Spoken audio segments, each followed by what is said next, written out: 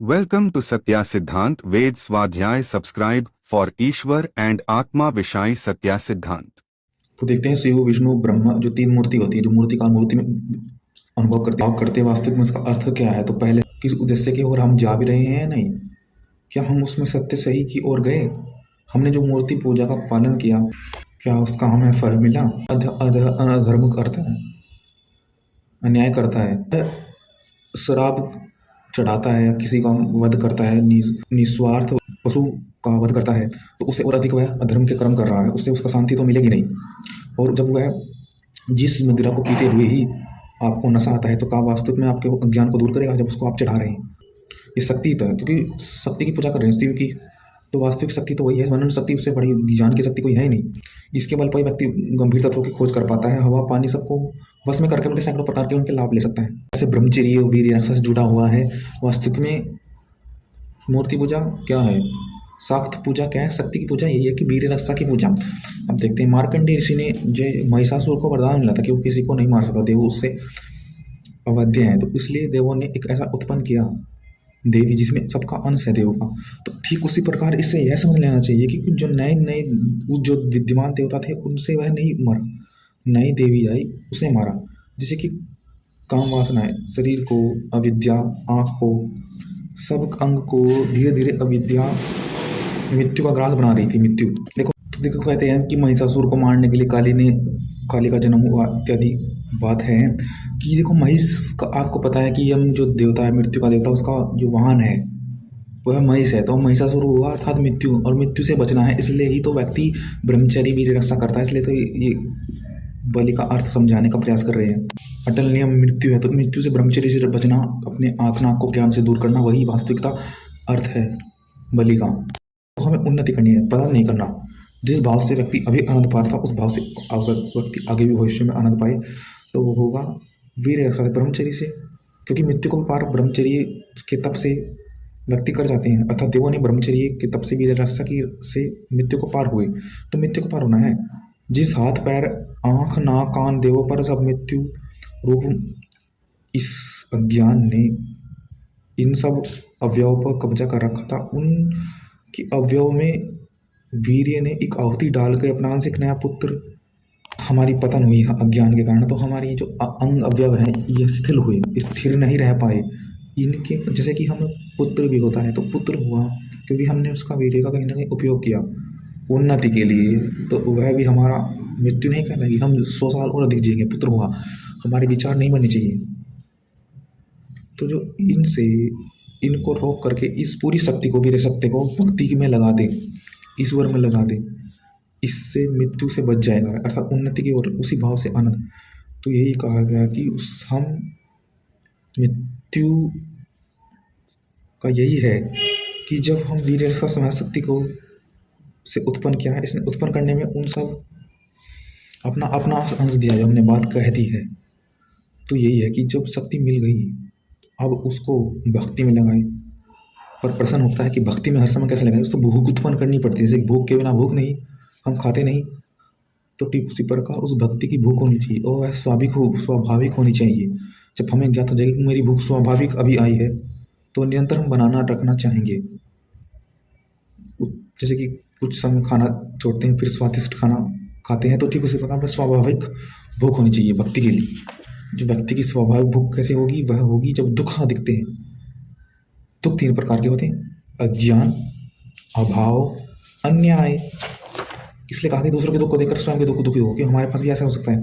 हमें भी कोई ईश्वर के पास जब दुख में तो व्यक्ति जाता है कि अधिक दुख हो रहा है, अब ईश्वर के पास स्वाभाविक रूप से उस दुख को याद रखो कि कभी भी अन्याय कोई व्यक्ति कर सकता है, अभाव है, अन्याय तो है ही, और साथ में कभी भी हमें वास्तव में अज्ञान है। अज्ञान के कारण तो हमने ये वीर रक्षा खोई थी, इस दुख में फंसे थे हम। तो उस दुख को याद रखो, तभी आप भक्ति करके निरंतर आनंदित रहोगे, उन्नति करोगे। और क्योंकि देखो ये छोटा नशा नहीं है, सबसे बड़ा नशा मृत्यु को पार कर जाना है, मृत्यु और मृत्यु के डर से। जिस प्रकार पंजाबी सिख ने अपने पुत्रों की बलि दे दी, फिर भी उनके मुख पर कोई दुख नहीं आया, कि दुख से परे थे, दुख के भय से, मृत्यु से भय थे। ब्रह्मचर्य वीर रक्षा यही होती है कि उसको भक्ति में लगाए, ये सबसे बड़ा नशा है। वीर रक्षा से है, वीर रक्षा ही शक्ति पूजा है वास्तविक में। जैसे कि अग्नि है, संकल्प करो कि हाँ दुख, इस दुख से निकलने के लिए मुझे यह प्रयास करना है, तो अग्नि ही है, मूर्ति को बनानी है, अग्नि रूपी पत्थर, उसको आप जीवित कर सकते हैं। कैसे कर सकते हैं? उसको अपने भाव से, कि दुख ये भाव है, उसके प्रयास के लिए मुझे ये संकल्प है, इसके लिए मुझे अपने शरीर से इतना सामर्थ्य करना है, ये मुझे प्राप्त करने में लक्ष्य है, इतना दुख है। और पहले तो उस दिए की तरह आप उस अग्नि को ज्वाला को दीपक में उस तेल की तरह वीर्य से, शरीर रूपी वीर्य से, शरीर रूपी से सींचोगे उस संकल्प को। निरंतर आप वीर्य रसा से सींचते चले जाओगे, उसको स्थिर करना है। यह बहुत कठिन कार्य है कि आप वैसा ही अंतर की लो स्थिर करना। जो व्यक्ति ज्योतिर्लिंग समझते हैं तो लिंग प्रतिबिंब को समझा होना चाहिए कि ये लिंग, ज्योतिर्लिंग, शिवलिंग का अर्थ सामर्थ्य है कि हम उसको अपने संकल्प से, अपनी वीर रक्षा से, स्थिर रक्षा से बिंब है, दिखाना चाह रहे हैं कि अपनी वीर रक्षा से उसको जीवित रखो, उसको सींचो, उस संकल्प को, दुख को याद करो जिससे उन्नति हो। आपको अज्ञान, अन्याय, अभाव से आपको वीर रक्षा बढ़नी है, उस भक्ति में लगाना है, ईश्वर में लगाना है। ये शिव का अर्थ हो गया। फिर विष्णु का देखेंगे अगले दिन। तो देखो गीता में भी है कि जब योगी चित्त को समाधिस्थ करना चाहे तो तब तो है अपने सामने दीपक की उपमा ले। तो ये शिव, शिवलिंग इसलिए ही तो कहे गए हैं, इसका तात्पर्य यही है। तो हम आगे और चर्चा करेंगे। यथा दीपो निवास्तस्थो ने अंगते सोमपा स्मृता योगिनो यश्चित्तस्य युज्यतो योगात्मनः। दीपक की उद्दीपो उपमा है कि बड़ी सुंदर है। दीपक के शरीर में तेल अथवा घी भरा है, दीपक की ज्वाला तेल को खींचकर ऊपर उठाती है। तो यही है कि हमारे शरीर में वीर्य भरा है, शिव संकल्प की ज्वाला वीर्य को पतन से बचाकर ऊपर उठाती है, मस्तिष्क में उन्नति होती है, मस्तिष्क ऊर्ध्वगामी होता है, व्यक्ति आनंदित होकर विचरता है दीपक की ज्वाला। तो ठीक उसी प्रकार वीर्य भरा है, शिव संकल्प की ज्वाला वीर्य को ऊपर उठाती है, मनुष्य को ऊर्ध्वतर बनाती है। मन में शिव संकल्प की ज्वाला काम क्रोध आदि को बुझा देती है। अज्ञान परिणाम से आंतरिक ज्वाला स्थिर हो जाती है, उसको स्थिर करना, फिर उससे ले आना, उसको बुझने नहीं देना, उसको बुझने नहीं देना, उससे व्यक्ति ऊपर तक काम क्रोध आदि प्राणायाम। इसलिए कहा गया स्थातु दीपक की ज्वाला चंचल है, इसलिए कहा गया है स्थाणु दीपक की ज्वाला चंचल है। कहते हैं आंधी के वेग से बुझ सकती है, परंतु आपको बुझने नहीं देता, वायु के वेग को बचाने की, जिससे ज्वाला सुरक्षित हो जाती है। वायु के वेग को प्राणायाम से नियंत्रित करो, इसलिए कहा निंगते में। और प्रश्न है कि शिव संकल्प को अग्नि कहा गया है और उसको वीर रक्षा से यजुर्वेद का प्रमाण है, इसमें यजुर्वेद का प्रमाण भी है। आकुत्य प्रयुजे अग्नये स्वाहा, अपने अंग से करना है। अगर किसी आकुति महान उद्देश्य के लिए प्रबल वेग से प्रेरणा करने वाले शिव संकल्प के लिए आहुति हो, अंग से प्रबल वेग से प्रेरणा करने वाले शिव संकल्प के लिए आहुति हो महान उद्देश्य से। और ये मन से होगा, मन शक्ति, ज्ञान शक्ति उत्तम है कि अंग अंग को, शरीर के अवयव को रोक रखा है अज्ञान ने, परंतु आप अपनी वीर रक्षा से उसे नई सृजना उत्पन्न कर देते हैं। मन शक्ति से वेग धारण करने वाले से आहुति देते हैं आप, प्रेरणा करने वाला।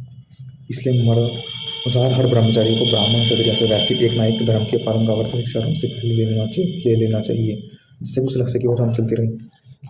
वह अग्निदेव है, उसी से यह नाम है। जैसे पूर्व के लोग उसे सर्व कहते हैं, पंजाब के लोग भव कहते हैं। ज्योतिर्लिंग का अलग अलग नाम है, पंजाब के लोग भव कहते हैं। स्पष्ट है कि दीपक मान करके भव जानने वाला भव सर्व बाती की तरह। तो ये शिवलिंग का अर्थ, ज्योतिर्लिंग का अर्थ चंद्रमा की तरह पुराणों में वादी कर सकते हैं।